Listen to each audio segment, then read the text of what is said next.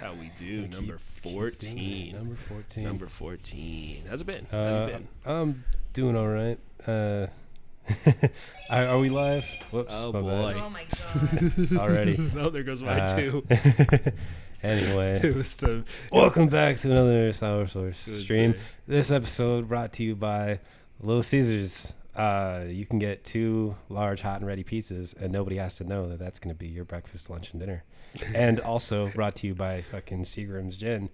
For $10, you can almost forget about your problems for a little bit there. That's what it's all about, I'm man. drunk every day. Every day. Every day. Uh, Some people may call it a problem. I call it commitment. I call it a solution. I think it's been a while since I've taken chemistry, but I'm pretty sure alcohol is a solution. No. Yes. Yeah, it would be. It would be because it would be a mixture of water and what have you and ethanol. So yeah, you're right. It would be a solution. So It's also immiscible in water. okay. Or I think that's the word for it. It means it combines with water effortlessly. Okay. So anyway, fucking. I love me some chemistry. Seagram's or Little Caesars sponsor us because you're the only thing keeping me alive right now. Yeah. Yeah, if you're listening to this show, do us a favor.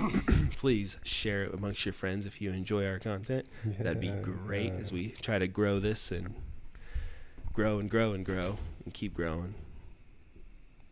But anywho, so we were on our, a lot of things have happened in the past week. I thought that was pretty fun, but I thought of an interesting question before we dive into the funness that we're going to talk about today. Sure. Lovecraftian horror, right? Okay. Like Eldritch style Eldritch horror, what horrors, have you. like Eldritch Has there ever been a Abominations, or- movie that really did it well? Inside the Mouth of Madness. It's part of Never seen it. it's part of the John Carpenter trilogy. So and it's not really it's a loosely tied trilogy, but it's called like his trilogy of horror, where it's The Thing, John Carpenter's remake of The Thing, Inside the Mouth of Madness, and The Prince of Darkness. And they all kind of touch on a little bit of Lovecraftian stuff. Also, that movie The Mist, I think. The Mist. The Mist with Thomas Jane or whoever played Punisher. Yeah. Yeah, it's based on like a Stephen King novel where they Yeah, like open a rift to another dimension. Is that where they're stuck in the grocery store? Yeah. I think that was a good one. There's a couple. Let's see. There's another one that was in my mind, but I blanking on it right now. That's fair. But yeah, those are a couple. I think The Thing can almost be kind of considered it, but Inside the Mouth of Madness for sure is very much Lovecraftian inspired. See, because I was just thinking about it. I'm not really sure how I got on the subject, but I was looking and I was thinking like outside of like the 2D medium, like, Mm-hmm. comics or writing and stuff like that, like there really hasn't been a lot for like 3 dimensions, Lovecraft is like by definition incredibly difficult to adapt because It's beyond on the page, comprehension, right? it'll say that these are beings with colors that have never been seen before, and it's incomprehensible to the human mind. So it allows the reader to fill in the blanks and like, what do I think this looks like? Yeah. You can't really create colors that don't exist for a movie, Says you. But concepts of that, like Advent Horizon, just ideas of like the Event Horizon. Event Horizon, yeah. No, you said Event. Event Horizon with That's the Seagrams. Lawrence Fishburne. It's the Seagrams. I'm drunk. But yeah, like movies like that kind of the fear from like Lovecraft, a lot of people will attribute to sort of the existential, like the idea that humanity is such a insignificant like creature on this in this vast and empty universe, and that there's just things that are going to be beyond our comprehension, almost like but merely dust. The universe is indifferent to us. Yeah. And I think that's what scares people, is because we think that we're important. Yeah. But in actuality, like a being of that power would just like step on us and not even like Like, have you think about it. Do you ever watch those like scale of the universe videos where they're like, this is how big you are, and then here's Earth, and then here's the solar system, and here's the sun, and here's Alpha Centauri, and yeah, I love those. And then here's the scale of the universe. It's like incomprehensible. Yeah. But what brought that on? Oh, well, I don't know. I actually really don't remember why I thought of that question, but I thought it'd be fun to like get into a little bit. But it also counts as a good segue into I think into the Democratic debates.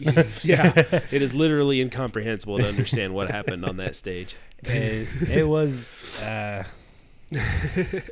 don't know. I'm not a huge fan of the whole debate format at all. Anyway, it's really not a debate. It's more of a forum. Yeah. I don't like. Did you catch? How much of it did you get? I got like maybe like 45 minutes in the middle somewhere. Yeah.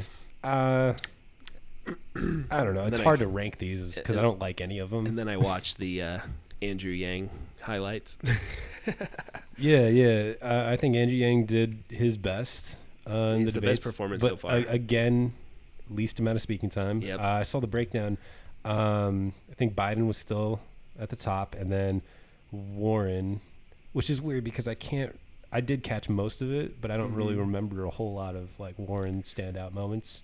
I know there was one time where she started to speak, and they actually were on Yang, and he started, and they both started talking at the same time, and she's like, "Oh, I'm sorry. Were you talking to me?" It was comical to say the least. But no, the rankings I seen, still for some reason, one poll I seen still had Biden in the lead for some reason. Followed with Warren and Bernie pretty close. Dude, Biden did horrible. Yeah, he did. It's crazy because you can see how mainstream media is covering up for him, because I've been hearing them say that Biden and Kamala were some of the winners of this debate, and it's like, were we watching the same fucking thing, dude? In what universe did Biden's meltdown of like record player, like, did you catch that? So a little bit. So I've seen a lot of people harping that Bernie Sanders had a little bit of a raspy voice. Yeah. And he was on an interview with Secular Talk like the day before, where he was talking about how he was losing his voice because he was campaigning too hard. So like people were like, shitting on him for having a raspy voice. But like Biden's teeth were falling out. Yeah. And nobody talking about that. To me, Biden has reached the level of like old man on yard anger. Like, dude, that was honestly, I was watching the debate, and granted, like I said before, I've been drunk every day. So but I was watching it, and then at that point where they asked him, I think, what is he about his like record as far as like race relations go. And that's when he went into his like spiel of like, we gotta like let kids listen to the record player and they have to listen to words. Yeah, he said the record player. And I was just watching it. That was the best thing I've ever heard. What is happening here? Like I had to rewatch because I was like, did I just see somebody like brain melt on live TV? My hope when he finished that spiel was he would end it with like, and remember, damn it, kids, be kind, rewind. He was like, kids gotta listen to words. Yeah.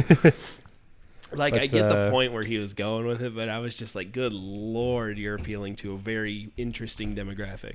I don't. If you can even call that appeal. Here's the thing: is that I feel like he might legitimately be declining. Like, this isn't a joke or like an insult, but I really do think I don't think that he knew what was going on. Yeah, it's very well possible.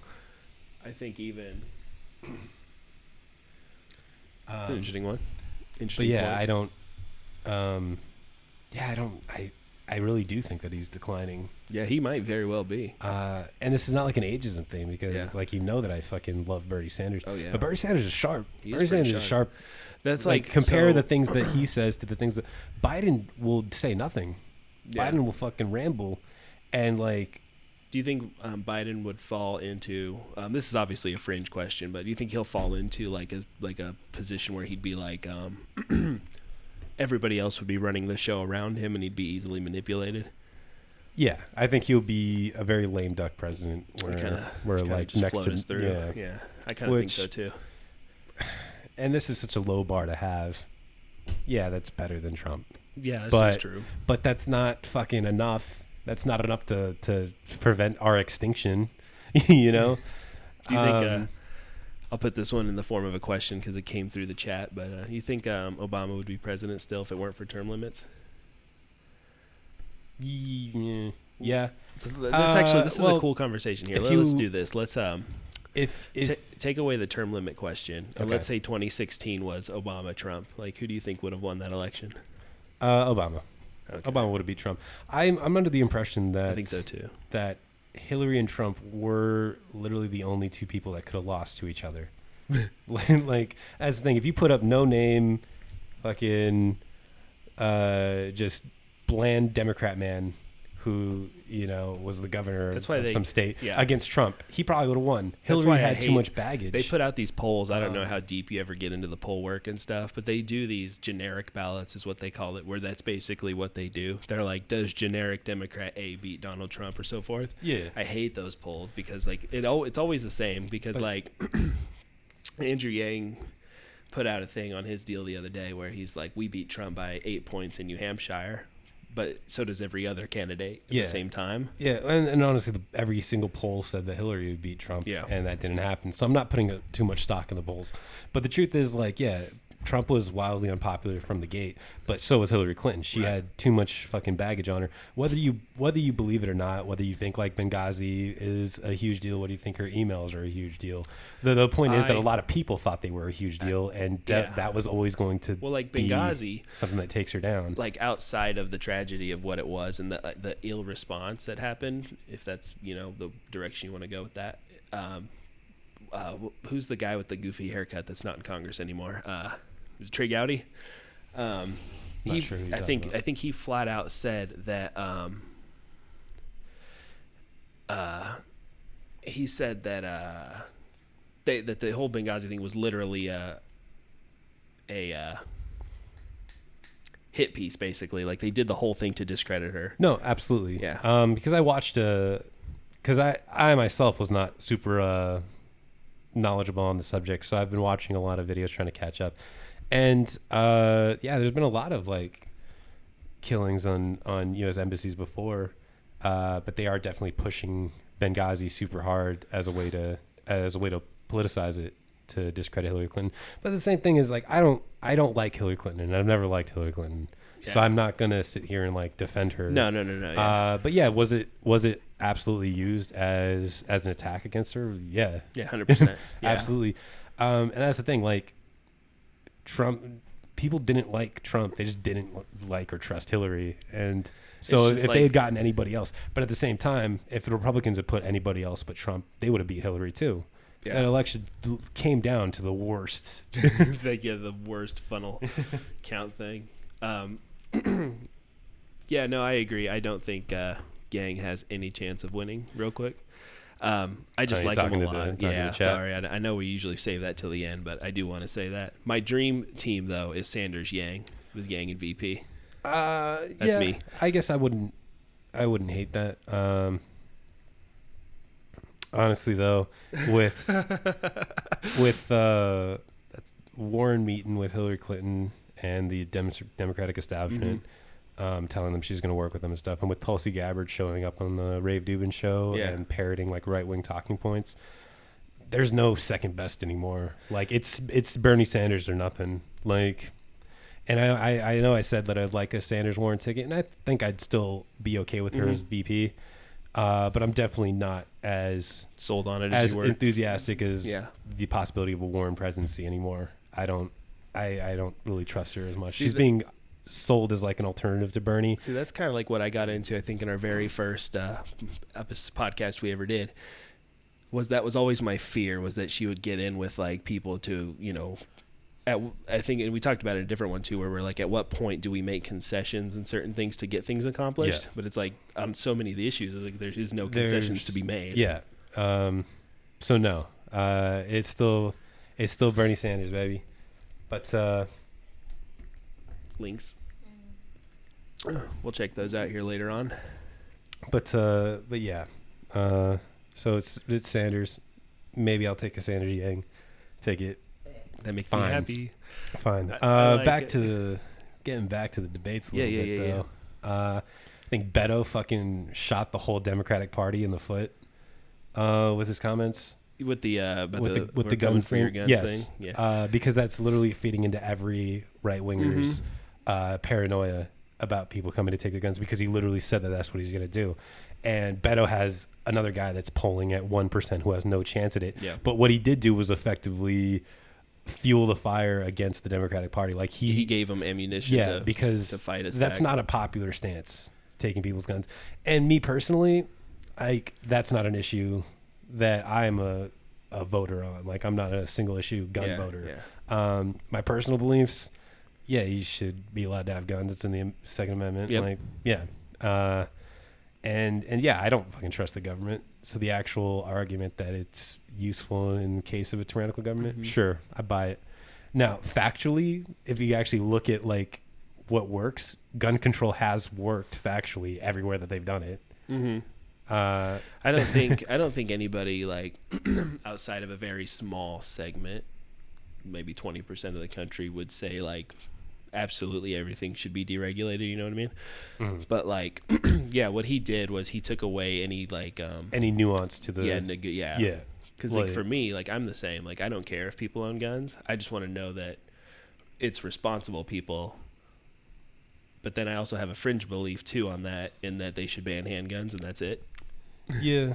Again, I'm not. I think that just handguns. If we solved a lot of the other issues in our country, I think that the gun issue would be less prominent. Yeah. Yeah. If we, if people had better economic standing, or if people had more affordable health care, if people had more, had access to mental health care, people had lived more satisfying and fulfilling lives, they would be less likely to fucking shoot people up. Or even like mass shootings account for a very small fraction of gun violence. Yep. But yeah, if people had other options or opportunities, or if they felt like their lives were pretty good, they wouldn't turn to crime. Right. Like you're not like batting 1,000. Like, I'm gonna go rob a bank now. See, that's what makes, I think, Sanders like such a better candidate than everything, because he does a lot to address a lot of that. And this is my rationale behind the Sanders Yang, because Sanders works on that stuff, and then Yang takes care of the future problems like automation and all these little things coming in.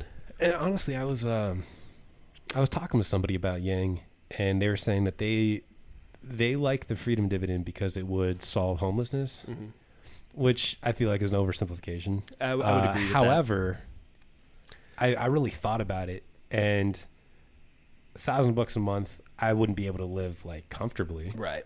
But especially for where we live, you could maybe put a roof over your head with $1,000 a month. Yeah, solving homelessness with the freedom dividend, outside of significantly raising the amount you get, or tying it to like cost of living dependent on your area, or something more complicated like that, I don't think it would be right to say it would solve homelessness. Because like, I think, shockingly, I believe it's Utah has like the only real homelessness solution, which is where they gave them homes. Giving homes and housing and harm reduction model.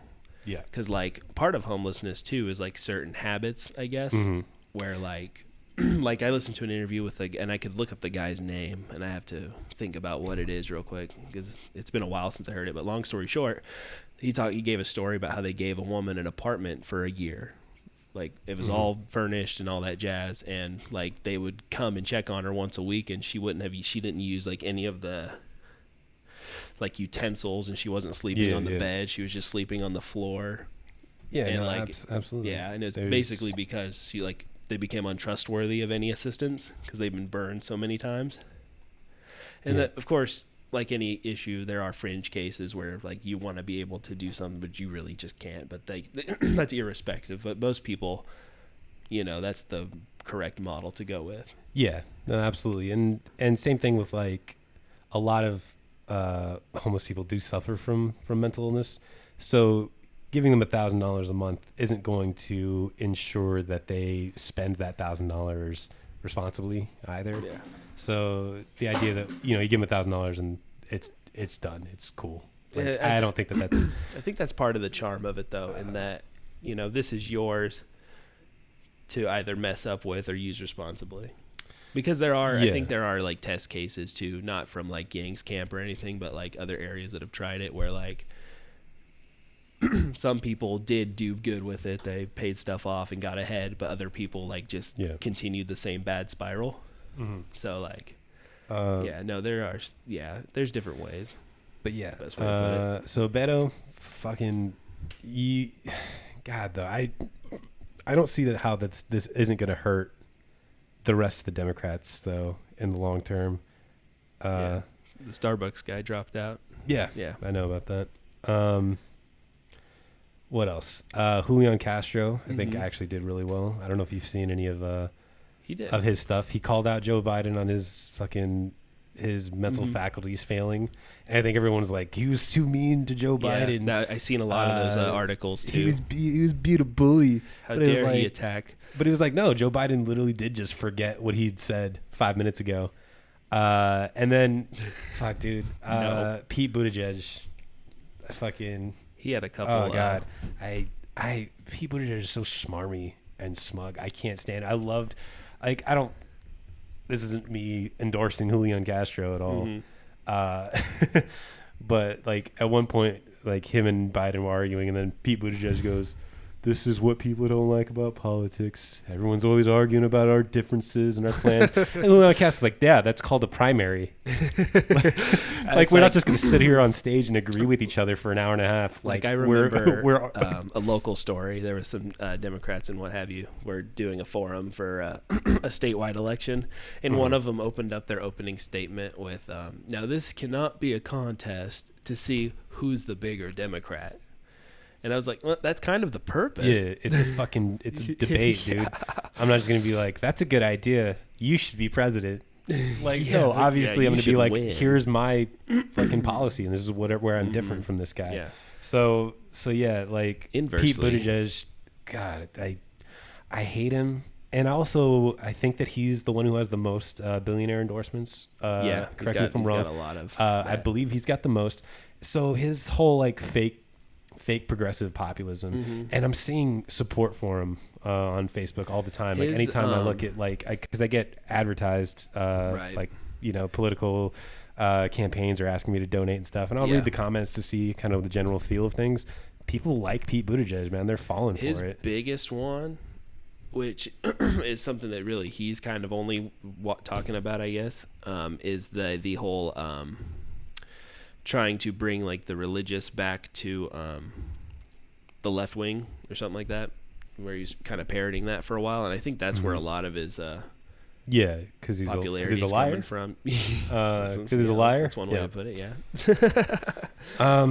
So yeah, I've met him in person. I know. But he's lost a lot of what I thought I liked about him over time. No, like he's kind of really shown his colors and stuff. So Pete Buttigieg is out. He's out. That was just, but you know that he had like planned that ahead of time, right? Like as soon as there's going to be a little bit of an argument, I'm going to come in with my like holier than thou. Yeah, this is what people don't like about politics. All the bickering. It's see, like Julian Castro just fucking shut him down. You could see Pete's face is like, yeah. See, that was a common point. Enough. That was a common talking point 2 years ago. Where like basically when he really started doing the circuit trying to like build favor for himself, like that was a big point of like the political like planning was like, we need to come together, we need to do this, do that. But at this point in time, it is literally a point where like any politician, regardless of what you're running for, has to bring something to the table, like a plan. They have to bring some kind of policy. Like you can't just go in now and be like, I want to represent everybody and then leave it at that. It's like you have to like, this is just the world we live in. You have to sell a plan to somebody. Yeah. Like you can't go in with no plan and say, yep, I'll represent everybody, and then have nothing. Like, I mean, except for the president, he did that, but whatever. This is the video. Oh, you're checking the clip? The chat. I just want to make sure like that it wasn't like I wasn't getting rickrolled or something. Okay. It's quick, like 1 minute. Somebody posted one a while back where they wanted us to check a... it was Epstein's pilot or whatever. Something like that. And it was like a screenshot that, from yeah. Epstein's Could have been pilot. anything, yeah. Is that the one that they just asked to... Yeah. This is check the, it out, the one that needs checked out. Okay, So yeah, we go. You want to give it a shot? Yeah, we'll hit it. All right. I'll hold it up to the mic so that for podcast purposes they can hear what we're watching. We'll post the link in the description. He doesn't have a clue. No, he really doesn't. He doesn't have have a clue. And by the way, there's something else he has no clue about. That has nothing to do with being a Democrat or Republican. I have worked with 8 presidents of the United States. I have served with hundreds of senators, only 13 senators in history, I'm embarrassed to say, have served as long as I have. Dozens of secretaries of state and secretaries of defense of both parties. And I can say without hesitation, my word as a Biden, no major party nominee in the history of the United States of America has, no, don't cheer or be quiet, just listen, has known less or been less prepared to deal with our national security than Donald Trump. And what absolutely amazes me, that he doesn't seem to want to learn it. No, I really mean it. He doesn't seem to want to learn it. He doesn't seem to think it matters. This man is totally, thoroughly unqualified to be president of the United States of America. Trying to get me to like Joe Biden by picking out some low-hanging fruit, insulting Donald Trump. We all know Trump's bad. Yeah. But yeah, well, it's kind of funny because it's a little bit of projection from Joe Biden, because I've seen clips of him too being like, millennials always talking about how hard they have it, how blah blah blah, and it's almost like you're not listening to people and willing to learn about other people's problems about either. The new stuff. So yeah, no, Biden's still, God, it's a fucking. Have you seen? It's a shame that he's the front runner. Have you been on? This is a little bit semi-related, but a little bit of off kind of what we're talking about. But have you been on YouTube regularly recently? Yeah. Have you seen any ads from like this group called the like Epoch Times or whatever? Oh, the Epoch Times? Yeah. I kid you not, I was going to float that to you at one point, that I would like to do a video talking about like their propaganda. Yeah, dude, I watch that shit all the time. And then you get like that free like Spygate poster if you sign up for it. I was like, dude, I kind of want to sign up for the $1 thing and just kind of get into the mind of see what's going on. See, because the first ad I ever seen of them, I was like, who are these guys? This is kind of interesting. And then the second ad I got was like, did you know 58% of millennials want socialism? Yeah, I did see that one too.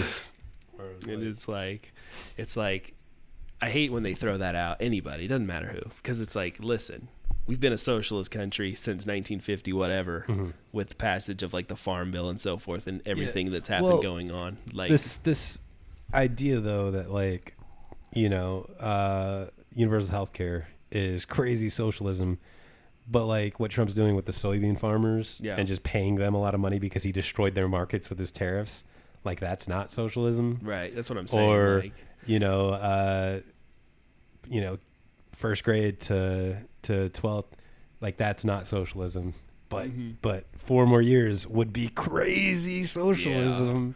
It just it kind of baffles me. And then when you start telling people that, they like double down and they're like put their fingers in the air. It's like, no, that's not right. Or just like how much more money did they approve to the military budget? A lot. Was it some 800 billion? I think 800 billion off the top of my head, like without researching it. So yeah, we don't consider that like government overreach at all, like, because you can say the military. I've seen people go either way on it, that it is the world's biggest socialist program, or it isn't.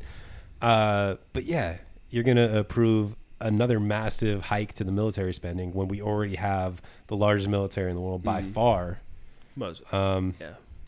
It just seems like we could do more good with that money elsewhere. It just seems counterintuitive. Like, yeah, because basically what they're doing is they're just signing up people to run, unfortunately. And this is no disrespect to any service members, but like they're signing them up to run these like just programs, and then you start to realize like all of these things were like our fault to begin with, so to speak. Like I was reading a opinion piece written by a National Guard veteran where he was doing a mission, humanitarian mission for a few weeks down in, I think, Panama or something like that. And like basically he summed it up. He's like, the people were telling him like this is all because of foreign intervention and so forth. Yeah. And long story short, like he ended the article with a line like, someday they're going to be making video games and we're going to be the bad guys. Yeah. I don't think that that's outside the realm of possibility. And I've done sort of kind of thought experiments with myself of like how much of my beliefs that I hold are because it's what I've just been told my whole life. I've just been conditioned to a certain way of thinking. And it's almost kind of like, it makes you question like a lot of things because you think like factually though, is the United States like the biggest like terrorist organization in the world? I don't want to come out here and say that, but you know, you compare the death tolls to a lot of other countries. Like we've killed how many innocent people in Iraq and Afghanistan? Like thousands, right? Tens of thousands. Right. That's collateral those are people, dude. Yeah. Like if somebody had done that to our country, like we'd like brand them like monsters. Exactly. If like children were getting fucking bombed and killed. It's easy to on American soil, but when we do it to someone else, like that's okay. It happens. Yeah, it's like there was a lady on like Rogan's podcast a few months ago, which I haven't been listening to a lot lately. But probably because since we've started doing this is the only one I want to listen to anymore. But she wrote a book about, and she may have been a little crazy, but she wrote a book about clandestine intervention, so to speak, like. You know, like the whole conspiratorial, like blacklist CIA and stuff like that, where like, and then they kind of got into it a little bit, like when should like the United States, for instance, intervene? Because like obviously history has shown like we've toppled many a fledgling democracy. I don't think that we should, like at all. You know what I'm saying? Yeah. And you know, maybe that's selfish, maybe it's not, but I think that we've demonstrably done more harm than good, and we've done it intentionally. You know, there's a whole like, you go on Wikipedia, there's a whole like list of all of the regime changes that we've done in South America. You know, we're so scared of like other countries getting nuclear weapons. There's only one country that's ever used nuclear weapons. You know, as us. So I think there's only 7 or 8 in the world that currently possess them. Yeah. So these ideas that we hold ourselves to a different standard than the rest of the world, like we're allowed to do these things and nobody else is. And just like the things that I know about, and I'm not like a guy who's done huge deep dives into these, but there's like the whole Iran Contra thing with the affair, or like the Reagan administration funneling crack into black communities. You know, the Tuskegee syphilis experiments, and then all those guys got caught up, and they reformed another group and did the same thing in Guatemala. Like the Guatemalan intervention. We've done a lot of fucking sketchy shit, and even now here's another one too that I've wanted to ask about, and I need to do research. So this is my disclaimer that I am not well versed on the subject. But like Venezuela, right? Okay. People often, you know, they're like, you know, put the socialist regime like Venezuela in your country, blah blah blah. So, but isn't Venezuela like technically a democracy? I actually don't know a whole lot about Venezuela. See, I need to do more research. I think we should definitely read up on it and then do a whole kind of episode. Oh, that would be a good episode topic. Because I've done a little bit of research. I know that a lot of it has to do with the sanctions that we've put on them. Too.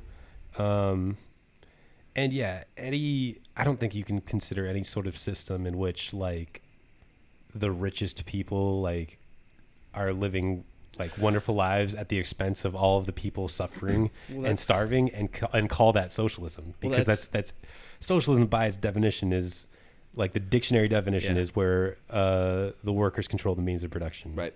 So by definition, you can't really have just demonstrably wealthy people and then starving fucking population. I remember as well. Like seeing, that doesn't when all this like really started. This is just something I remember. Like there's that picture that was circulating where like the protesters were starting to like arm themselves with like Viking shields. Did you ever see any of those pictures? Like they were like literally fighting back with axes and Viking shields and stuff and creating shield walls. It was just crazy to think like that's how they're fighting back now. Yeah. But yeah, we should do an episode on that. That'd be a really good episode to get into. Yeah. Maybe find like a expert or something and bring them on. That'd be sick.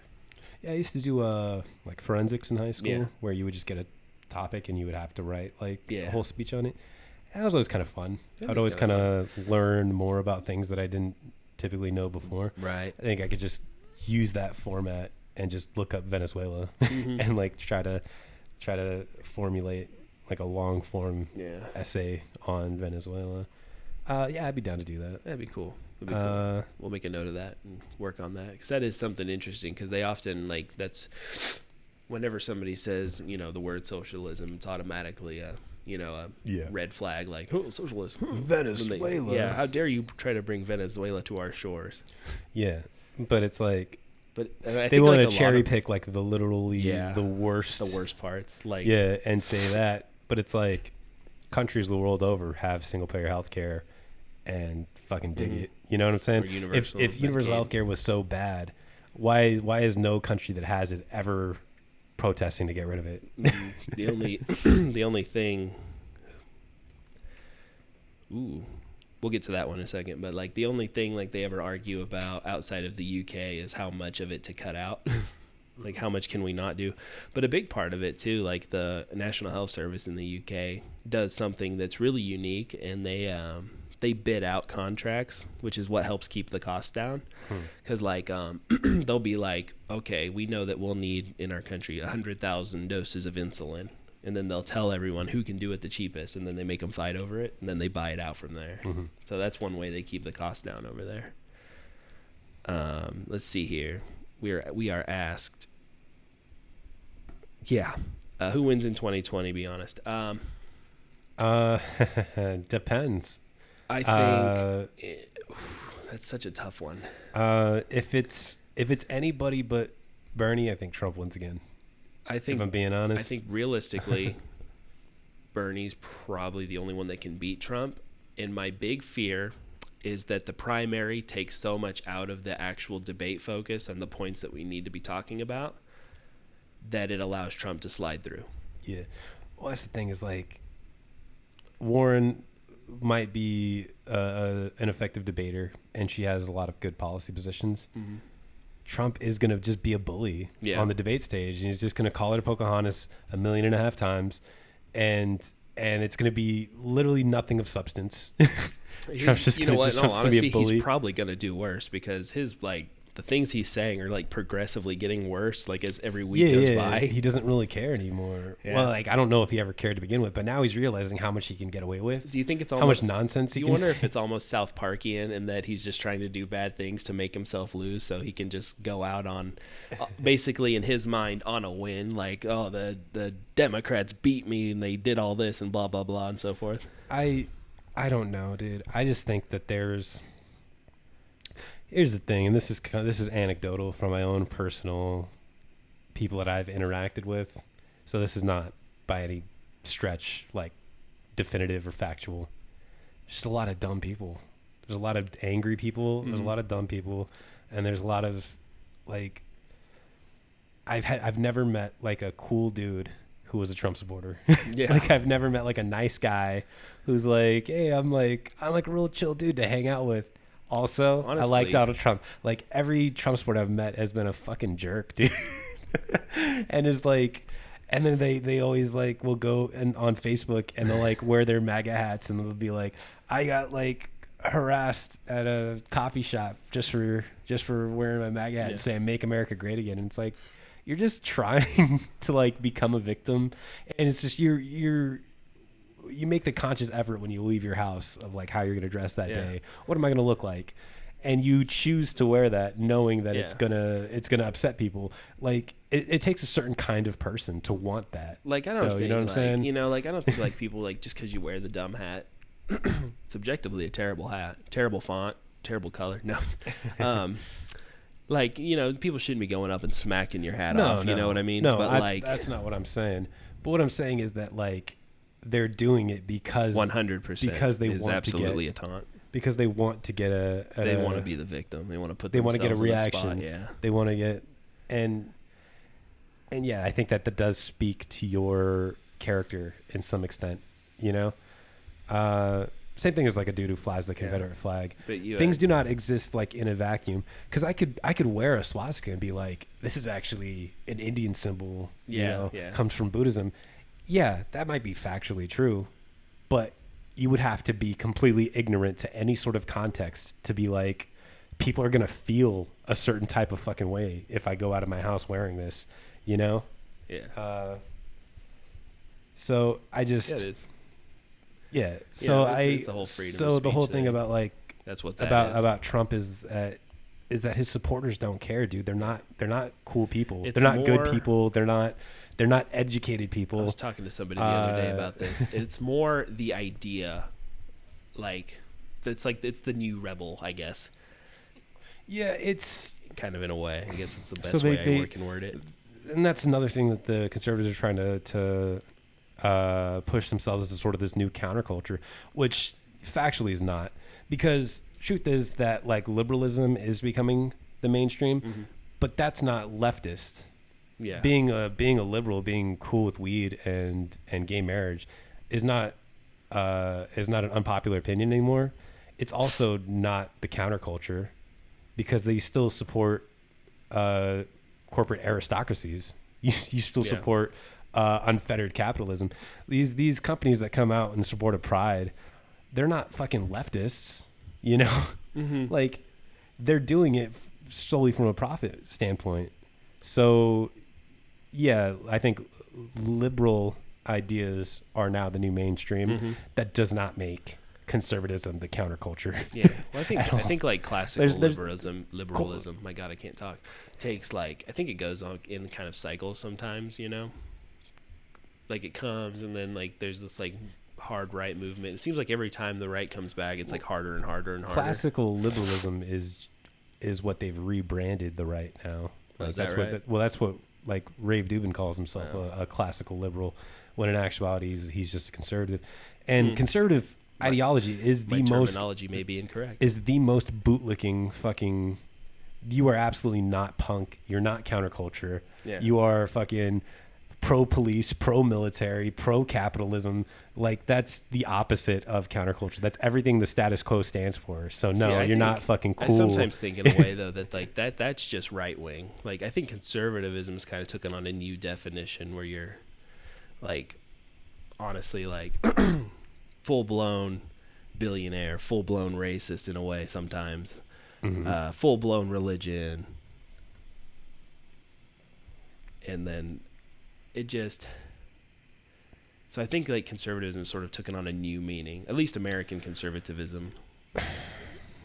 I mean, I would, because like what is conservatism? Right. Because it's always been that though. It's always been.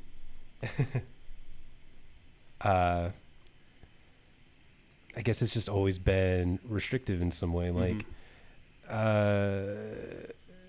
you go to like, you know, people like to think that like, you know, Lincoln was a Republican. Lincoln was a liberal though for his time. Yeah. Certainly the idea of fucking black people being human was a liberal idea.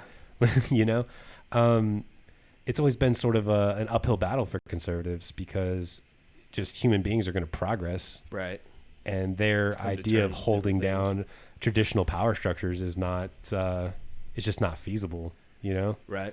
But conservatives today are either fucking boomers who are just fucking dumb, or they're these like fucking 20-something-year-old edgelords that spend all their time on Reddit and 4chan. And like are just like, are you triggered? Are you triggered? Are you triggered? And it's just like, you know, neither of them are heavy intellectual pursuits. Conservative intellectualism has always been a fraud. Ben Shapiro today to Ayn Rand have all just been fucking frauds, dude. Yeah. You know? Anne Rand, is that the author? Is it Rand? Yeah, Rand. Ayn Rand. Ayn Rand, I read that. I who think wrote is it the Fountainhead? Atlas Shrugged. Yeah. I think she wrote the Fountainhead too, or something like that. But yeah, that book was terrible. Yeah, no. She always argued about this rugged individualism, and then when she ended up getting fucking lung cancer because she smoked her whole life, she got treatment from socialist medicine. You know, Ben Shapiro too is the guy who always goes like, facts don't care about your feelings, but he's the most feelings based arguer that has ever existed. Like, right. Constantly, he always creates these hypothetical straw man situations where he somehow comes out on top. Watch any sort of Ben Shapiro debate and listen to how many times he said, let's say, let's say that if this many people did this thing, then let's say that this, well, yeah, you're right. If you're going to make up scenarios, like, absolutely, you're right. Yeah, let's play the hypothetical. Let's say that global warming turns out to be real and sea levels rise 10 feet. Let's say you don't think people are going to sell their homes and move? Sell their homes to who, Ben? Yeah. So, or when he's like, on abortion, he'll be like, let's say that if we made abortion illegal and people still died from it because they got dangerous back alley abortions, but let's say that abortion rates dropped to 90% because it was illegal. Let's say that happened. Well, there's still less people dying. I was like, yeah, let's say that any of that stuff happens, but it's not that's not really what happens. See, like, I always thought it was interesting too when they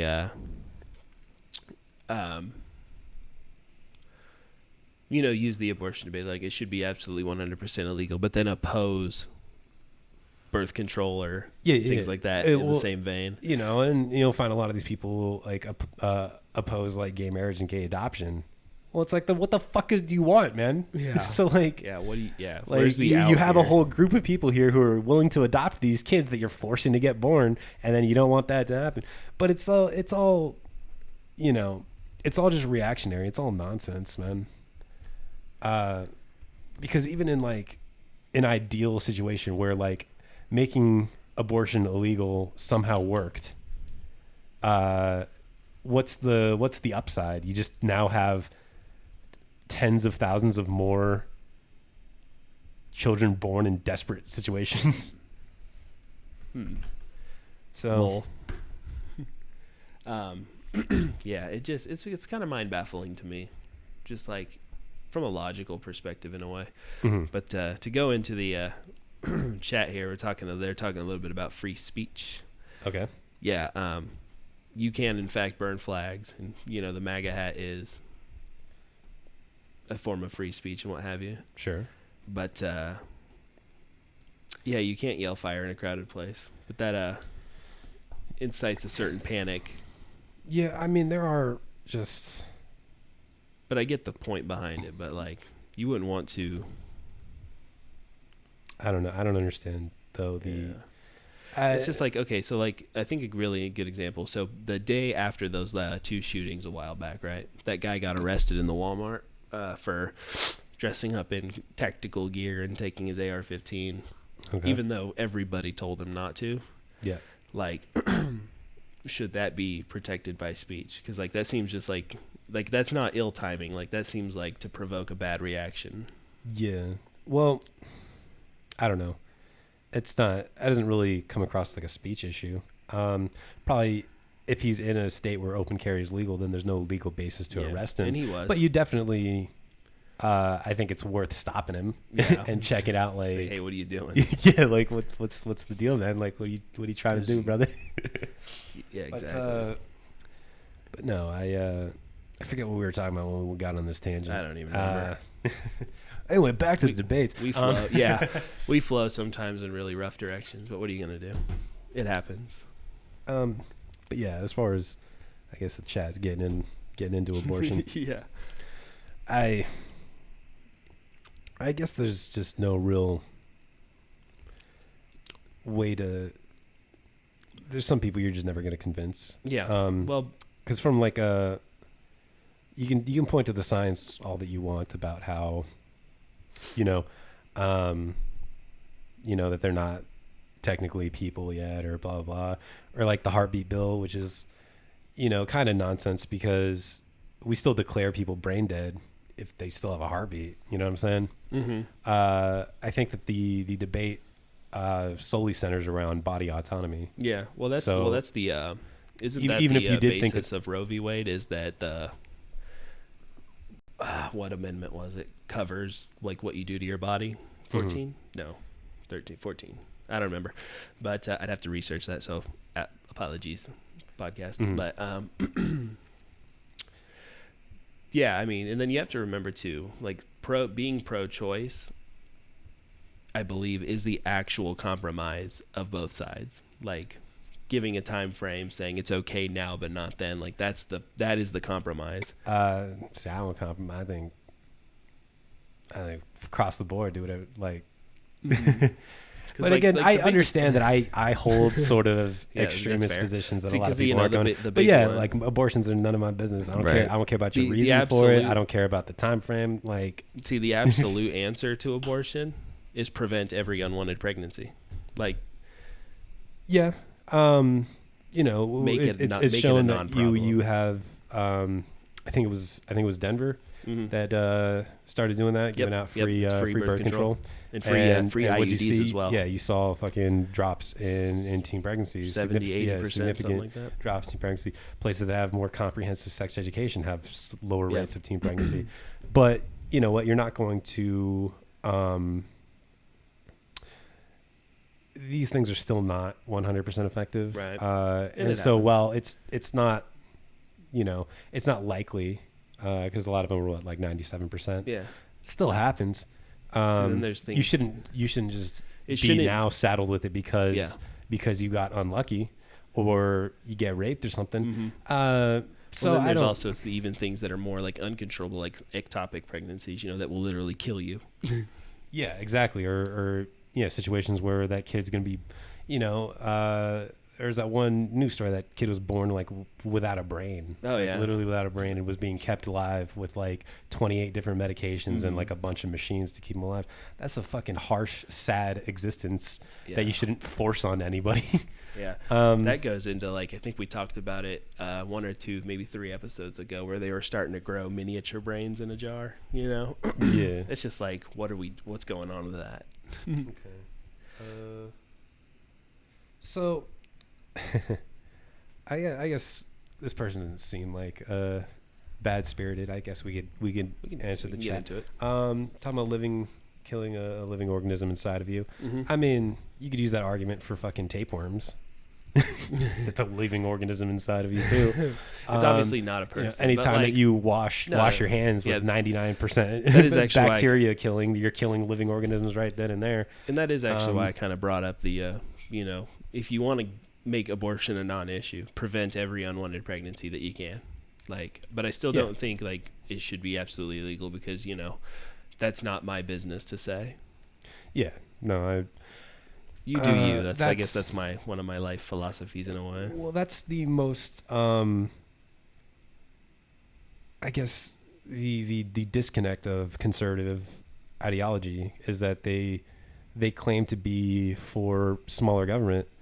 However, you know, they're totally fine with a police state. They're totally fine with imperialism. They're totally fine with a massive military budget. Totally fine with telling people what they can and can't do in the bedroom. Totally fine with telling you what drugs you can take. Totally fine with the government sanctioning, like having control over your body autonomy. Totally fine with government sanctioned murder in the form of the death penalty. Mm-hmm. So, like, who's really for small government in that scenario? Like, that's the only like positive thing I can say about a libertarian is that like at least libertarians are logically consistent as far as their small government thought process works. Right. It generally speaking, sometimes you run into the few that are kind of like, they toss out like some fringe idea and you're kind of like, eh.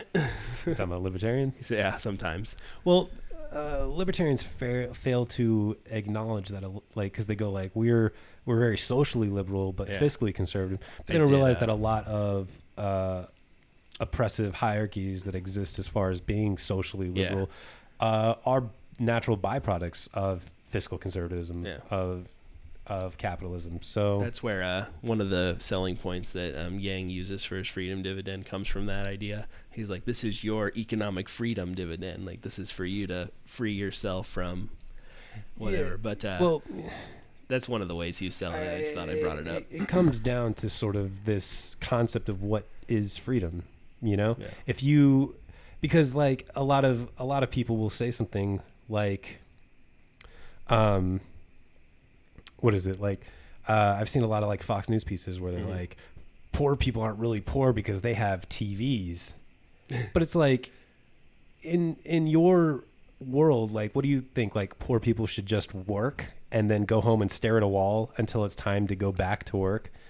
Are you free if you can only afford like basic necessities? Is that really freedom? Yeah. You know, if you make just enough to not die, but you don't have the time or the money or the energy to pursue your passions, like, what the fuck kind of life is that? Like, how is that freedom? I don't. we have like, everyone has access to healthcare. Yeah, but if you have to declare bankruptcy because of your medical bills, like, that's not fucking freedom. Mm-hmm. But you can't write off your student debt anymore. Yeah. A lot of people don't remember that, but you used to be able to write off your student loan debt. Yeah. On So bankruptcies too. So it just comes down to like, what is freedom? Is it just you have the freedom to work and then work all your life and then die? Mm-hmm. Like, yeah. Oh, awesome. Yeah, like that's exactly well, exactly what I want. That's why I always tell people, it's like, if you want to do a fun little thought experiment, think about like whatever you do for your job. Obviously this is for people who work for other people. If you own your own business, the argument would be different, but like, think about what you generate in terms of dollar value and what percentage of that you're getting back in your wages. Yeah. Well, that's always sort of the argument of like, when people say that sort of taxation is theft, profits are more theft than taxation could ever be. Mm-hmm. Because at least, in theory, taxes go to pay for the common good. Yeah. You still benefit from things that your taxes pay for. Ideally, I think that doesn't always happen. And that's kind of where the small government argument sort of kind of got its roots. Yeah. But profits are literally people taking the things that you've produced, taking that excess money and pocketing it for themselves. Right. That's way more theft than taxes could ever be. Like, it's like I don't understand how to phrase that. But if you work in a factory for $8 an hour, but the company ends up record-breaking profits because everybody who's making $8 an hour produced their ass off, and then they don't see any of that profit, that's fucking theft. Like, I don't understand. What are you talking about? Yeah. Well, that's where like co-ops come from, because like some of the best opportunities for people are like say like the agriculture co-ops in the rural areas. Mm-hmm. Like, that's like such a good idea for them, because like they all buy in and they share the profits equally, or relative to what they produce, and so what have you. Mm-hmm. Yeah, and that's the way that it should be. Yeah. You should get what you've earned. So someone in the chat says, you have to understand that power is freedom, and you can earn your freedom in this country. I feel like that's inherently not true. Most wealth is inherited. Some people. I'm trying to think. The thing is that if you already have power, and you are influencing elections to make sure that you retain that power at the expense of everybody else, then that's not really a level playing field where everyone has the opportunity to earn their freedom. To me, it's one of these. Freedom should not be something you need to earn. My right? idea here would be that we need to stop calling ourselves land of the free, if that's the case. Yeah. How could like that goes against like one of our core beliefs. Like, if this is land of opportunity. It's almost saying like indentured servitude is cool.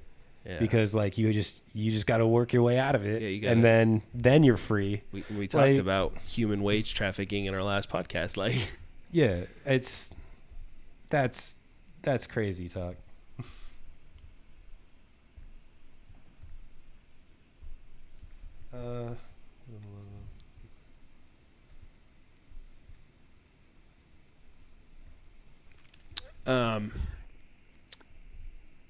This one here, the the biggest thing, I think the best way to respond to that, talking about which one are we talking about? the newest one. We just got here. 2 right there. Okay, hold on. Labor has a price, and the price is a result of demand and supply. We'll start with that one. Yes, that is what you're agreeing on to, produce, which is fine. But the issue here, you know what I mean. The issue here is that in a lot of areas, especially right-to-work states, you have no leverage in which to negotiate your price for labor. Yeah. And that's sort of a thing when every job opportunity that you qualify for is paying you the same thing. Like, you don't really have a choice. Yeah. that the idea that like, well, I just won't take a job that's not going to pay me enough. If the alternative is dying, then you don't really have a choice, do you? And I guess with the second one there, no law, you have to go out and work every day. Yeah. No, there's not. But when the alternative is fucking homelessness and starvation, is that really a choice? Is that really a choice to be like, you do this thing or die? Yeah, you have the choice to not do that thing, but then you're going to die. That's bodily autonomy right there. Yeah, that's not a fucking choice. You kidding me? If somebody like held a gun to my head and was like, you sleep with me or I kill you, and I sleep with them, they can't be like, well, that wasn't rape. You chose to sleep with me. Well, because the alternative was fucking death.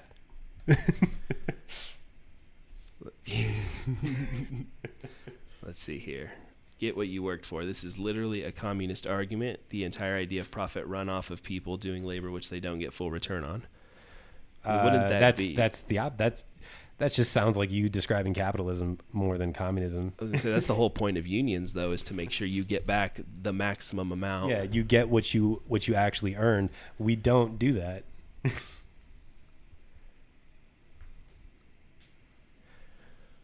We're gonna get way off topic here. Because he says, what does he say? The entire idea of profit runoff of people doing labor which they don't get full return on. That's the system that we live in now. What are you talking about? Yeah, people don't get the return on, like, I can't. How am I supposed to verbalize this? What is the biggest employer in this country is what? Walmart. Yeah. And the Waltons are, multi-billionaires. Mm-hmm. But their average employee pay is something like $8 an hour, something like that. Yeah, they've started raising it incrementally to combat the. So yeah, they're not getting what they've earned. The entire business relies on them to operate it, yet they're not seeing any of that profit. So no, no to what you just said. The alternative is dying. Simply untrue. People don't take the opportunity. People don't save any of their money and end up homeless. Okay, so what you're arguing is that it's not the choice between working and dying. It's a choice between working and being homeless. Oh, okay, that's a better. that's much more of a choice than. It doesn't sound free though. Like, you still can't earn your freedom without partaking in, which is, I think, is kind of the root point, right, that we're kind of getting at here. Yeah, that shouldn't be. It's not an issue. Like, I don't take issue with having to go to work every day. Like, that's no. And it's been proven that working actually has like a psychological benefit to people. Yeah. People like to feel as though they've contributed. Yeah, because like we've seen that like the grind, breaks people down over time. They become increasingly unhappy and so forth and so forth. But we've seen the opposite too, though. Somebody who's out of work also experiences sort of feelings of like depression and inadequacy. So I think people do actually want to work and want to feel like they're contributing to society as a whole. The argument is that like that's not all life is, though. Right. No. See, because like basically like a long time ago I heard somebody like say this and it kind of stuck with me. It's like you shouldn't have to work until you're say 75 and then you have no time to enjoy what should have been a long retirement. You know what I mean? Like you can't go out and do the things that you wanted to do. He says you get back what you earned. That will never happen unless you live in a communist society. Yeah, that's what I'm saying. That's what I'm saying. Okay, maybe you're not a communist, but no. Yes, people should get back what they fucking earned. And if that's a communist philosophy, Oh, maybe that was a good thing. See, here's like I guess the numbers might be the best way to kind of explain what I was getting at earlier too on that subject. Like, let's say you're a worker, right? And you produce $1 million in product. Okay, and it cost your employer $100,000 to make. So there's $900,000 in profits from just your labor alone, right? Okay. How much of that should be yours? Because you generated that profit. Like, that's kind of where I get at. It's like that's where you should be able to negotiate. Yeah, that's where unions come in. Yeah. Where collective bargaining comes in, and you guys negotiate and set a price. Yeah. And you guys set a price that is fair to all parties. Now, are owners and CEOs going to make a little bit more money? I mean, probably. Mm-hmm. Yeah, that's what's going to happen. But should other people live, subpar lives despite the fact that they're integral to your operation? So what does he say? There's no choice. This is kind of one thing too that I think we've talked about in a former podcast. His reply to me was, if you made that money, why not do it yourself? And then you get 100% of that. What ends up happening right now, and this is just like a good example would be like Facebook, right? Anybody could start a social media site, right? Effectively. But like with something like Snapchat or WhatsApp and what have you, like they go out and buy you out, and then you can't compete, or they just shut you out of market completely. And there's definitely a price threshold to starting a business. This is my point. You have just irrespective of that. It's just like from like a ground standpoint, like look at all the pushback that like say. Well, you also need Tesla got. You need land though, and you need factories, you need materials, you need a whole top-down infrastructure. And the idea that just everybody could be business owners, like who works in these businesses, if literally everybody's a business owner, there's going to be employees somewhere down the line. You can't just have business owners, like, because you need somebody to work in your business, don't you? So. But that's where the negotiation should come in, though, because the business does indeed facilitate the work. But like what I'm saying is like you should be able to negotiate your share of that, correct? And when you're in like certain areas like right to work, you have no negotiating power because they'll just go to the next cheapest guy, which is also why like businesses move labor to other areas. Like it's the root of the whole issue. That's why they outsource jobs to places that don't have labor laws, so they can pay you slave wages. So you don't think that they would like to do that here? They would love to. Even if you want to compete, right? And say like, let's say I'll take a lower paying job just to keep the job here, right? That still doesn't solve the other issues of like cost of living for places, like if your housing still costs more than you can afford on that job, like you're still sort of trapped in that. You know what I mean? Does that make sense? Yeah. There's no good way out. Yeah. Well, incidentally, like it also like plays into like retirement, right? Like so many people, like they say the average amount of like a 401k, a relatively well-funded 401k, for instance, will provide you with only like 10 years to live on that money, assuming you don't change your lifestyle. That's like an average though, so don't like quote me 100% true on that. But like, or like if you are in certain businesses or like if you're a self-contractor, you may not have access to those benefits. But that's kind of where Social Security came from. Because like I read once that like if they would have turned it into like a 10% mandatory pension fund, like nobody would have issues retiring. Like that's kind of it. Like as we are now, there's almost no way out. Like there's no... I don't know if that's not a good way to word that. That's like 100%, dismal, but like you just want to be able to have like a clear cut path and be able to move and economically move up without barriers, right? I just think that's a good way to put it. Probably not. No. So I mean, ideally, everything would be equal for everybody, like in a utopian world. And I don't think that we're going to get there like within the next generation or so. No, it'll take a long time. Should, just, so in my personal beliefs, I would say that I'm I am a little bit of a communist. In my practical beliefs, we can just look at countries that are working though, and implementing the things that they do. The Scandinavian countries have very strong unions. They don't even have a minimum wage because what they do is negotiate their wages every 2 years. I think there should just be a minimum standard of living in a country that's as wealthy as ours and can afford it. I think that the concept of medical bankruptcy is insane. The concept of rationing your insulin in a first world country is insane. The concept of making 18-year-olds take out, upwards of $100,000 when they're 18 and children. I think those ideas are crazy, and they don't exist. These problems don't exist in a lot of developed countries. So the chat says there should be an automation tax to give to the people. This is actually why I really like Andrew Yang. That he has certain policy points that I disagree on, but like he's, to me, the only candidate really talking about automation and the movement of jobs. Like he's actually focused on problems that are coming instead of like things that, I mean, obviously there are a lot of things that need to be fixed. That's why my dream ticket is Sanders Yang. Yeah. One to work on the now and one to work on the future. That's sort of the thing about my idea of Andrew Yang is that I think that Andrew Yang would be, I think he'd be a strong candidate in 2 more terms. But I think that there's so many structural problems that implementing his freedom dividend right now wouldn't solve them. Yeah, I think that's fair. That's a fair criticism. A couple of terms of an actual progressive like Bernie would lay the foundations for something like the freedom dividend to be much more effective in the future.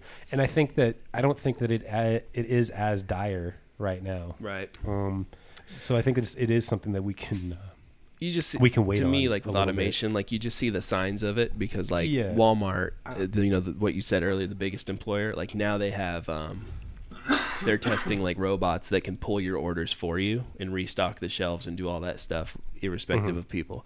But like now you can like, if you have a local Walmart, you can check this out yourself. But like ours has it now, I think, where you put in your order online. They pick it and they put it there, and then you just go pick it up, right? Yeah. And the whole idea behind that is it's going to be 100% automated, so where they don't want somebody packing it for you. And that's the thing. Something like universal basic income is going to be necessary, but I think that we might still have 10 years, 15 years before we really start seeing it. I think even the projections of like trucking automation. They still give us like at least 10 years. Because the other thing about automation too, and I brought this up before, but like sometimes they'll use automation to fill roles that they can't fill. Like a lot of sanitation departments are going to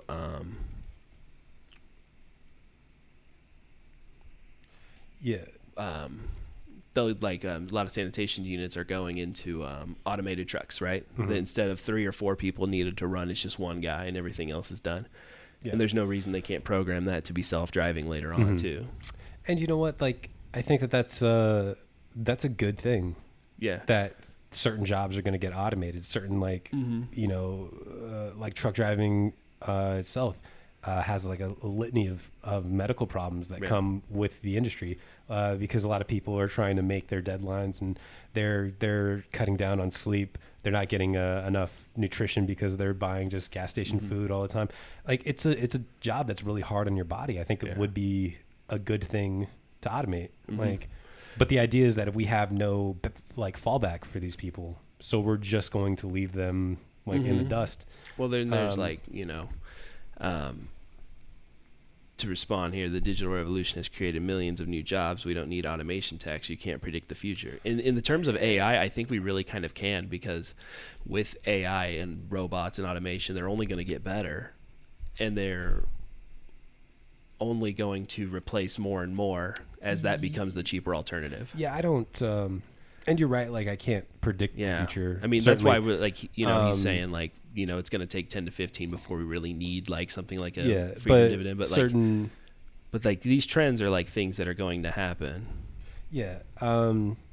There's definitely going to be a transitional period, because you can't. Sure, you might say that new jobs could be created with new technology, and that might be true.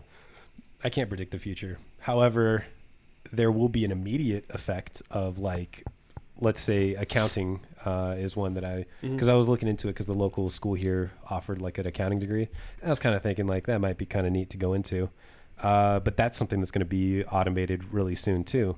Something like, well, actually a good example of that. Automating that though is like blockchain. And eliminating those jobs. I don't see how that creates alternative jobs though. Right. You know, sometimes it can. Like there's the argument that like NAFTA replaced what is manufacturing, white collar, is that right? No, blue collar. Well, manufacturing would probably be blue collar. Blue collar, yeah. I'm sorry, I get my colors confused. I'm white, blue color blind. I'm kidding. Very common. It's a running joke in our group.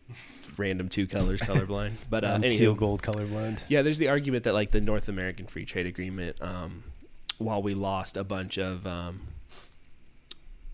manufacturing jobs, but it created a lot of new tech jobs, and that's kind of been the trend. At a certain point, they'll always use robots to do like the underclass work, and then like what happens to the low skilled after the fact? Because like even like yard work is a pretty popular enterprise for independent people. Like if you want to start a business, yard work is one of the easiest to get into. Landscaping. Thank you. It's a better word than yard work. Yard work makes it sound. I say yard work because I would love to have my yard automated. But just make there's an idea that I don't know if it exists or not, but it was basically just a Roomba, but it was a lawnmower Roomba. You know, you really could if you think about it. This is like just my like idea, kind of like if you could program like a high torque, low power like tractor to pull like one of them old school. All you have to do is sharpen the blades, you know, and then it just keeps going and keep like. That's a good idea. We should start it. We should patent that shit. Yeah, patent pending. Don't steal our idea. Don't steal our idea. Oh God, I lost my own train of thought on that. I'm sorry. So yeah, no, I mean like the underskill, like McDonald's is testing, like this does fit into your like narrative, right? Like McDonald's is testing a restaurant that is all automated. You go to the kiosk, you order your food, and then the robots cook it, make it, and bring it out to you. And all they need is a couple techs to keep it go. But then that's the issue of like 15 jobs replaced by 2 jobs and so forth down the line. It's like exponentially decrease over time. I mean, jobs can get, because, you know, a common, argument that I've heard is that like they're still going to need people to work on the robots, right? But if you have like if you lose like 20 jobs to automation, and then one guy can maintain those robots, well, then you've replaced 20 jobs with one job. It's not like these jobs just get allocated elsewhere. And you know, there's going to be unforeseen new pockets of industry that are going to arise. Yeah, it'll come up. And new jobs that are going to show up, sure. It's over time. But is the problem. The idea that, because technology increases exponentially. So it's not like it's just a linear, it just gets a little bit better every year. No, you get to one shelf and then it skyrockets to the next shelf and then it keeps going up. And then companies will always go, while we work in this like shareholders economy is what I call it. You have to remember like these companies will always go the cheaper route. So like, yeah. And then you also got to think too, it's like what company is sitting around saying we have extra money now. Well, who are we going to hire now? Like, that's just not really how they do it. No, they're just like, well, we're just going to fucking pocket that shit. Yeah. Okay. Well, we automate millions of jobs. We create millions of new jobs.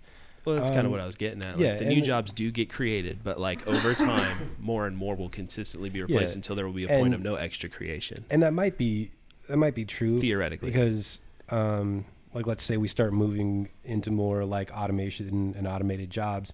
You know, new industries like like IT or like coding or like being able to program these automated jobs might arise. Those are not like entry level jobs though. Yeah. Those are jobs that are going to require education and things like that. So, we're going to still need to fix certain problems. There are other systematic things that need to be corrected before that happens. Like, talking about like truck drivers, for instance, this is a good example. You had said earlier that a lot of them can be in poor health. Not all of them. There's obviously, but definitely. What happens to them when they get replaced by like a self-driving truck, and obviously it'll be a while. Mhm. I know this argument because I've talked about this before, but like I know they'll have to have somebody there to make sure they can back into a stall and do it accurately. But at a certain point, they will get to a point where they can park and back themselves without a problem. Yeah. I mean, in the movie, like the movie Logan, where's that scene where they're on the highway? I was like, that's an accurate model of what I would assume is coming. I don't think that it's ever kind of smart to bet against how good technology can get. You're right.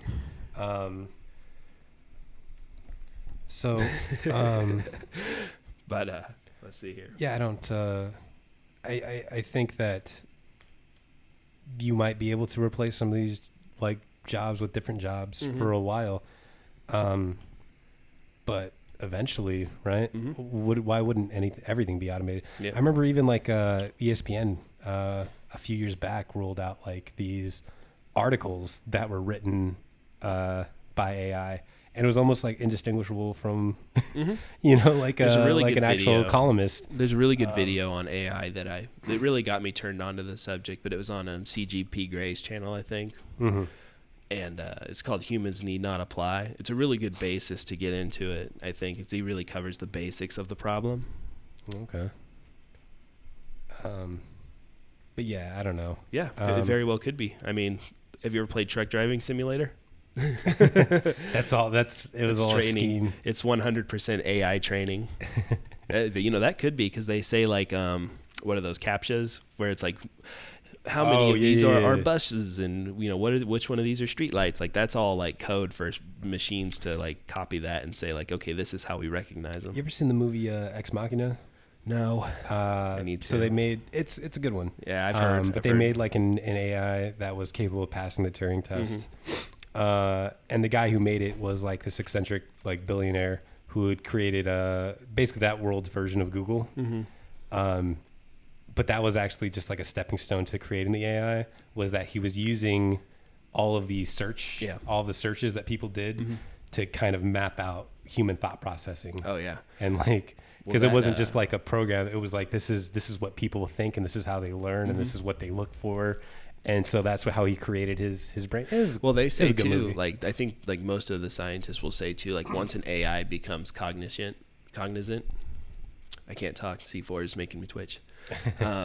Like once it has access to the internet, like that's it. Is it now has access to the sum of human knowledge? Yeah, that's called the singularity. Is that the singularity? Yeah. So once AI becomes as intelligent as human beings, it will then become infinitely more intelligent than human beings could. But there's a lot of these are in the realms of like hypotheticals. Like these things could happen. We have no idea what could happen. Long story short though is that automation does seem inevitable though. And it's always going to be sort of these kind of blue collar jobs are the ones that are going to be automated. So new jobs might arise, but they're going to be in fields of like professionals, and so if we don't fix like our education system, then that's something that's going to factor. This is an awesome change of pace comment there. People are going to be mining for xenon on Jupiter in 20 years from now. Fuck AI. If they could get me to Jupiter in 20 years, I welcome that because I would love to see these planets up close. So this was kind of a thing that I've joked about. Take me to Mars. But I do kind of. But bring me back. I do kind of feel it a little bit in that like that I'm no fan of the Trumperino. Yeah. Space Force though. I'm okay with Space Force. I would join a Space Force. I'm not above shitting on a good idea just because of who brought it up. I'm okay with Space Force. It makes sense. Like the first time I heard it, every headline was like Trump knows the Space Force. What a ding-a-ding-a-ling. But then, I mean, they're not wrong because like, they're going to need something to handle these issues as they arise, Yeah. I mean, that's not necessarily a bad idea. Yeah. But if they could get me to Jupiter and back without dying. Yeah, that was kind of the thing about they were trying to like have volunteers for that Mars colony. Oh yeah. 20-year mission window. They there's no doubt about it. They are all going to die. Yeah. Like there's okay. Here's a side one here. So Musk, they haven't talked about it in a while. If it wasn't Musk and SpaceX, it might have been Virgin Galactic. I'm not 100% sure on who was doing it, but it was the you pay X amount of dollars and a lot of money. They didn't disclose the amount, but they'll fly you around the moon and back. If you had the money to do that, would you do that? No, I don't think I would either. I think it'd be almost, even if I won it, like in a sweepstakes or something, it was like, hey, for free you can do this. I'd be like, I understand that. Like, I understand that your basic iPhone is a bazillion times more powerful than the computers that sent them to the moon back in whenever. But shit happens though. And if I see a moon landing conspiracy post in the chat, I'm gonna freak out. No. But if somebody, like, same thing, like if somebody was like, we could put you in a submarine and take you down into like the ocean floor, I'd be like, fuck that. I think I would be more apt for that because I've seen James Cameron go down there and come back. Yeah, dude. Well, people have gone to the moon and come back, but then also there was which but was once. it? Was it? Yeah, once. Or they sent that school teacher up there and she fucking died. Like Columbia. Yeah, there's dude. No, because there's no. What's the fucking upside? That is true. I could tell somebody that at at the bar. I'd be like, "Hey, I was there." I've seen like the moon. The downside is that you can die. Yeah, or get stranded. Like that's like one of those creepy things too. Like if say they couldn't get the moon lander off the moon back to the capsule to get back to Earth, like they'd have been stranded there. It was like that movie, The Martian. Oh yeah, there's that too. I haven't seen that yet. I need to. The ocean, I wouldn't want to go there either. Well, that's the thing about the people in the Mars colony. They will 100% die, but it will be invaluable to like human intelligence. Yeah. We'll learn a lot of things that we wouldn't have known if we didn't send somebody out there. You ever seen so they'll die kind of for the greater good, but they will die. Yeah. Have you seen is it The Expanse? I have not. Oh, it's actually a pretty solid show. I've only caught season 1 though. Don't spoil it for me. But I just said I didn't watch it. How the fuck would I spoil it for you? I'm talking to a few others. Nobody has watched The Expanse. Dude, you're probably right. But I've seen season 1. It was pretty good, pretty solid. Okay. But, long story short, it revolves around a war between Mars and Earth and the asteroid belt. But anywho. Let's see here. Well, we've been... Just want to get the point across. Elon Musk is a genuinely bad person. I've heard that. I've actually heard that too. Like his anti-union sentiment. Like he's blocked the unions from Tesla, and the Solar City working conditions have been kind of reported on. Yeah, I don't doubt that he's a bad dude. Probably. Yeah, he very well could be. He's also a billionaire too. So what are you gonna do? Like that kind of falls into. Oh well, I guess you'd have to like listen to one of our previous shows about that. Like the thought process of billionaires. Yeah, or just how I don't think you could ethically be a billionaire. Whatever, though. That's a whole other thing. Yeah, only if you had nothing in gain do I think you could be a relatively. I mean, as much as you can define somebody as a good person, you have to kind of know both sides in order to make that. I don't think. That's getting into some really. We're gonna be here for 3 hours talking about that. Well, there was just there was a little dumb political cartoon that I saw like years ago, but it did make a good point where it was like if somebody just had so many cats, just a ton of cats, you'd be like, that person's like weird. Mm-hmm.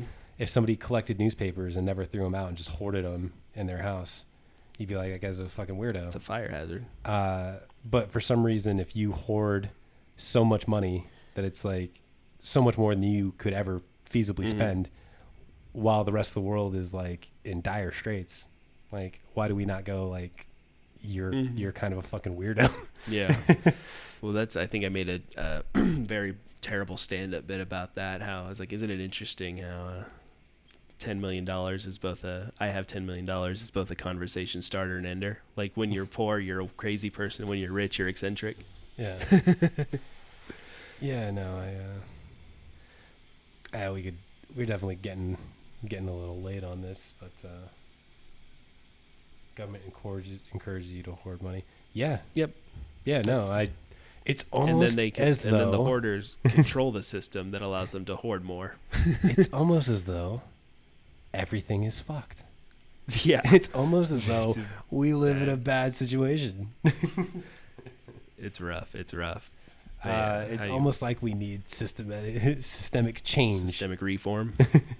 Whatever happened to, I mean, obviously we live in the dual party system, which is mostly generated by first past the post. But like, I'm honestly surprised, like outside of like, say, Green Party or any of the subsets that kind of arose out of that, or Libertarian Party, even to a lesser extent, like there wasn't a major just reform party where certain issues just kind of like, whatever, this is what we really want to focus on. Or would you, or was that or is that what the progressive wing would kind of be? The modern reform party? The Justice Democrats? Yeah. Yeah. I would love to see. Of course, my history is too. Real quick, I do want to disclaim because my history on the actual like what used to be the Reform Party. I'm a little like I haven't done a whole lot of research, so I hope they don't stand for like crazy things. Yeah, I was just using it at a naming level. Who's that dude that would wear the boot on his head?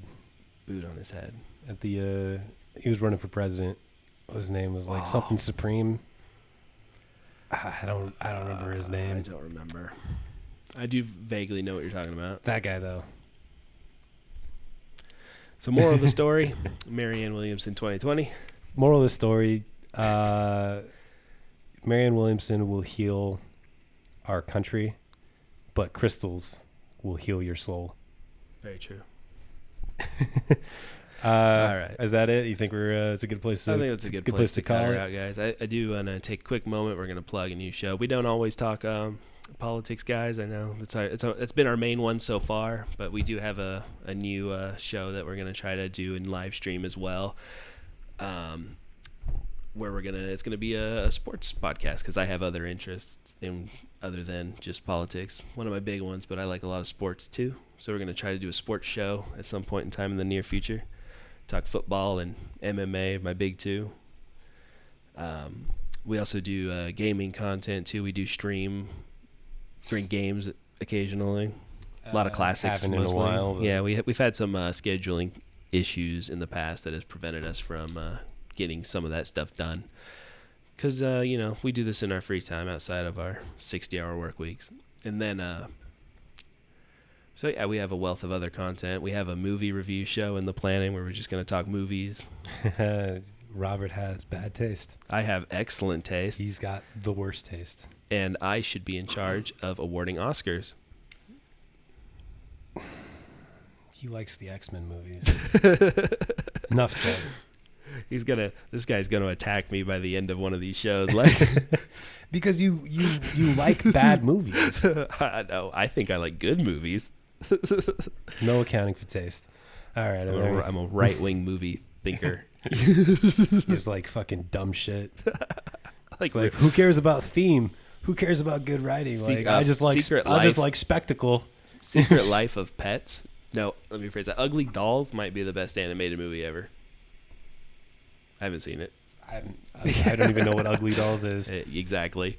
All right. Well, now that we've had some fun today, I appreciate y'all checking in and hanging with us today and chatting awesome. in. It was very good. I love the conversation. That's the big one. Give us a follow if anybody's out there that hasn't yet. It's much appreciated. Helps us out a lot. And for other gaming-related content, too, you can find us on YouTube. We have some other series that we upload there, too, just gaming-related, just to kind of broaden our horizons and just have some fun. So you guys have a good night, and we'll see you next time.